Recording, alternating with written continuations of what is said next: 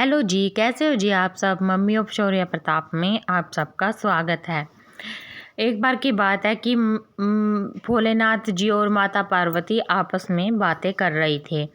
तो माता पार्वती ने कहा, भोलेनाथ जी, आप तो अपने भक्तों की बहुत ही जल्दी मनोकामना पूरी कर देते हैं, इसलिए मेरी जानने की इच्छा है कि आपको ऐसा कौन सा दिन है जो सबसे अति प्रिय है और आप अपने भक्तों की सारी मनोकामना पूरी कर देते हो।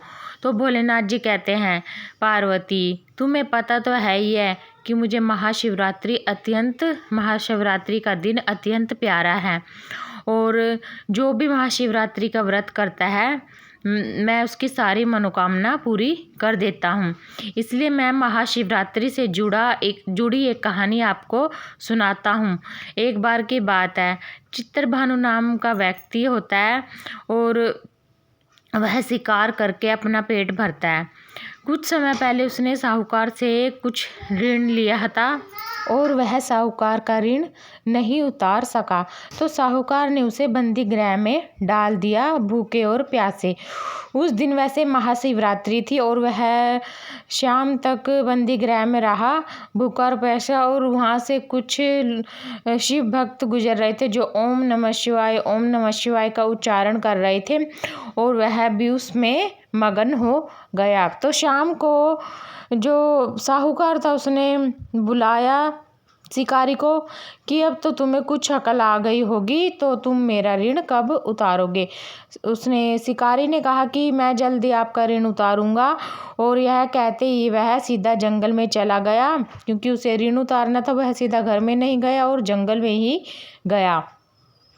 वहाँ पर उसने एक तालाब के पास एक पेड़ पर अपना पड़ाव लगा लिया, क्योंकि वह काफ़ी भूखा प्यासा था और नीचे शिवलिंग था पेड़ के जो बेल पत्तियों में ढका हुआ था। उसे यह सब कुछ नहीं पता था, तो वह पड़ाव लगाया था जिस समय उसने, तो जो बेल पत्तियां थी वह बेल पत्थर की पत्तियां तोड़ तोड़ के शिवलिंग नीचे गिर रहा था। उसे नहीं पता था कि वह शिवलिंग पर गिर रही है। तो कुछ समय पश्चात फिर एक मृगणी वहाँ पर आई जो गर्भवती थी, तो उसने एकदम तीर धनुष में लगा लिया शिकारी ने और उसे मारने के लिए तैयार हो गया। तो मृग ने कहा, तुम क्या करना चाहते हो, मुझे मारना चाहते हो? तुम पर दोष लगेगा दो हत्याओं का, क्योंकि मैं गर्भवती हूँ और जल्दी ही बच्चे को जन्म देने वाली हूँ। तो मुझे कुछ समय का तुम मुझे कुछ समय दे दो ताकि मैं बच्चे को जन्म देकर वापस आ सकूं। मैं वचन देती हूँ कि मैं वापस आ जाऊंगी। और फिर कुछ समय पश्चात फिर एक मृगणी 3 बच्चों के साथ उसे आते हुए दिखाई दी, तो शिकारी काफ़ी खुश हो गया। तो शिकारी ने फिर धनुष पर बाण लगा लिया। तो वह मृगणी यह सब देखकर कहती है कि तुम मुझे मारना चाहते हो, लेकिन मैं तुमसे प्रार्थना करती हूँ कि मुझे कुछ समय के लिए प्राणदान दे दो, ताकि मैं इन बच्चों को इनके बाप के पास छोड़कर आ सकूं। तो बस जो भी था वह सारा दिन भूखा प्यासा था। उसके मन में ना दया का अनुभव हो गया, मतलब उसके मन में दया होगी, क्योंकि बहुत हिंसक था। देखो वो उसने भगवान जी का मतलब अनजाने में व्रत किया, तो उसके मन में ना शिकारी के मन में दया भावना पैदा हो गई और उसने उसको भी छोड़ दिया, उस पर विश्वास कर। तो वह मृगणी भी चली गई। तो तीसरी बार फिर एक मृगणी और आती है अपने पति को ढूंढते हुए। तो फिर वह खुश हो जाता है शिकारी, तो फिर वह धनुष बाण पर लगा लेता है, धनुष पर बाण लगा लेता है। तो वह मृगणी फिर उससे कहती है, मतलब जो तीसरे नंबर वाली मृगनी थी उससे कहती है कि मुझे कुछ समय के लिए तुम प्राणदान दे दो ताकि मैं अपने पति से मिलकर वापस आ सकूं। तो वह कहता है, मैं कैसे विश्वास करूं, मैं 2 शिकार छोड़ चुका हूं, तुम्हें कैसे छोड़ूं। तो उसने कहा, देखो मेरा विश्वास करो और मैं थोड़ी सी समय का मुझे प्राणदान दे दो, मैं वापस ज़रूर आ जाऊंगी। उसके जो शिकारी था उसके मन में दया भर गई थी, उसने उस पर विश्वास कर लिया और उसने उस मृगनी को भी छोड़ दिया।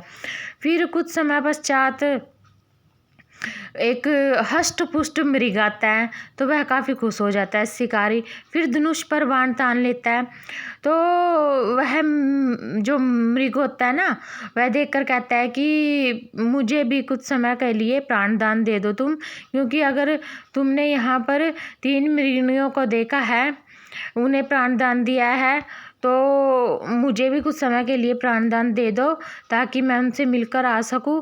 अगर तुमने उन्हें मार दिया है तो मुझे भी तुम बस थोड़ी सी भी देर मत लगाओ, मुझे भी तुम अभी के अभी मार दो।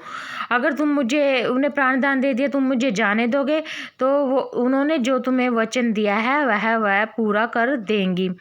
और मैं भी तुम्हें वचन देता हूँ कि कुछ समय का मुझे प्राणदान दो, मैं उन तीनों से मिल लेता हूँ और हम सारे जो परिवार है वो तुम्हारे पास आकर प्रस्तुत हो जाएंगे।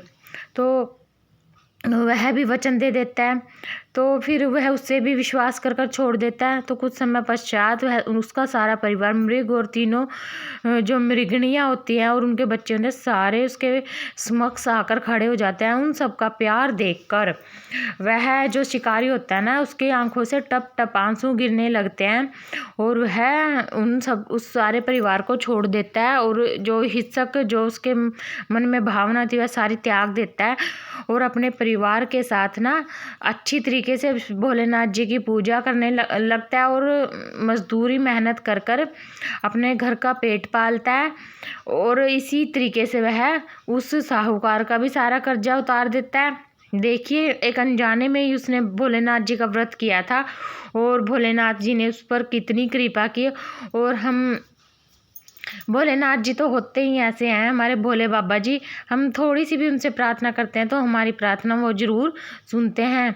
इसलिए जो महाशिवरात्रि का व्रत होता है ना, बहुत ही अच्छा व्रत होता है, इसे हम सबको ना करना चाहिए और इससे हमारी हर मनोकामना पूरी होती है और अच्छे कर्म करने का भी फल मिलता है। और अगर आप सबको मेरी कहानी थोड़ी सी भी पसंद आई हो, ये सच्ची कहानी है महाशिवरात्रि के व्रत की, पसंद आई हो तो प्लीज़ सब्सक्राइब करना, शेयर करना, लाइक करना और अच्छे अच्छे कमेंट करना। चलिए, एक अच्छी कहानी के साथ फिर मिलते हैं आपसे।